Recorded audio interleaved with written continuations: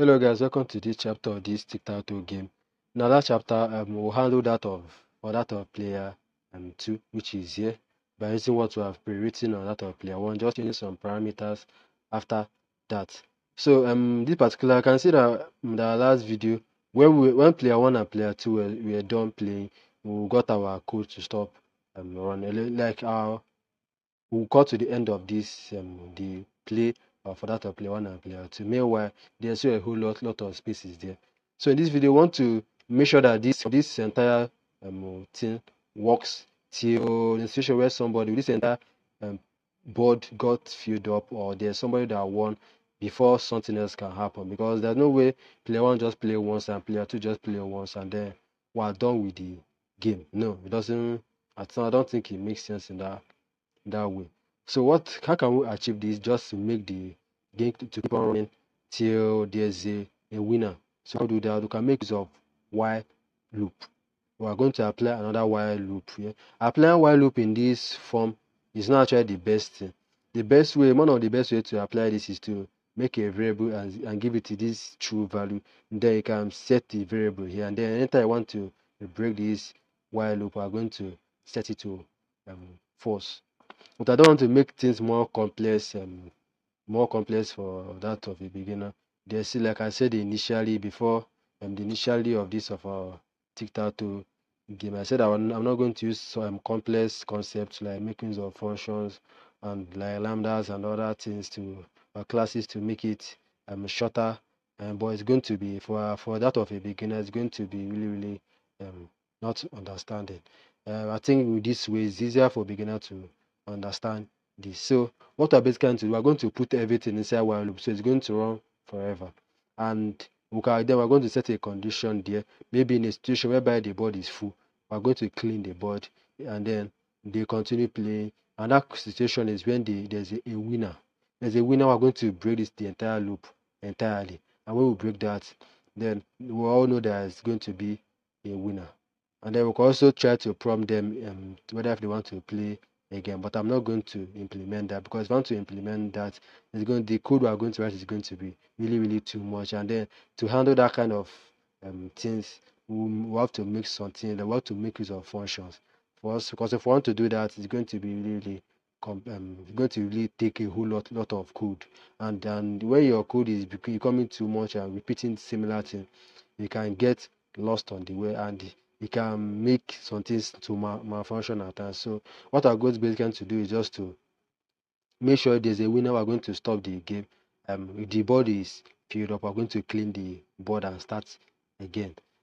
Start from beginning again. So but mainly in this particular chapter of this video, what we are going to do is just to make this toward the player one. They make the player 1 and player 2 inputting to run infinity till we set a particular condition for it to stop.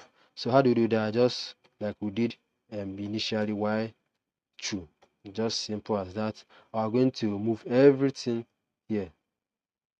I'm going to move everything here into under the beneath the y true. So we need to adjust some things too.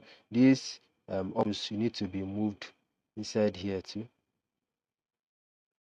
Be moved inside this of while loop. So also need to adjust some other thing, because for run you can see our board is going to get messed up, because when you indent, this is not going to be joined. So we can use tab. Just go to the front and hit the tab button. Also do the second one for this of our thing. Make sure to do that. If you don't do that, it's going to run 100%, but your board is going to look ugly. So I think that's just basically it. Let's run. Let me extend this. Let's say player 1 is selected to X. I can set to select O, but I think let me just go with X. So player 1, you are X, and player 2, you are O. So choose where you want to play. Let's say as player 1, I want to play in position 5, for example, and then player 2 want to play in position 6. You can see what happened there. He went back to, since the player 2 is done playing, so he went back to that of player 1.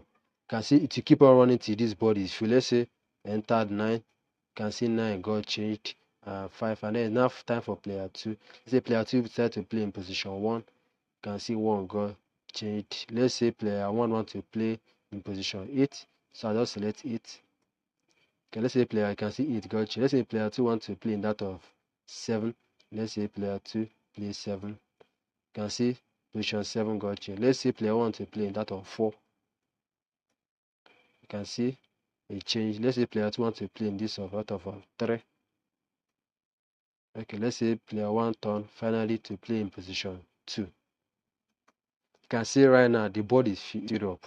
Let's say player 2, now is your turn.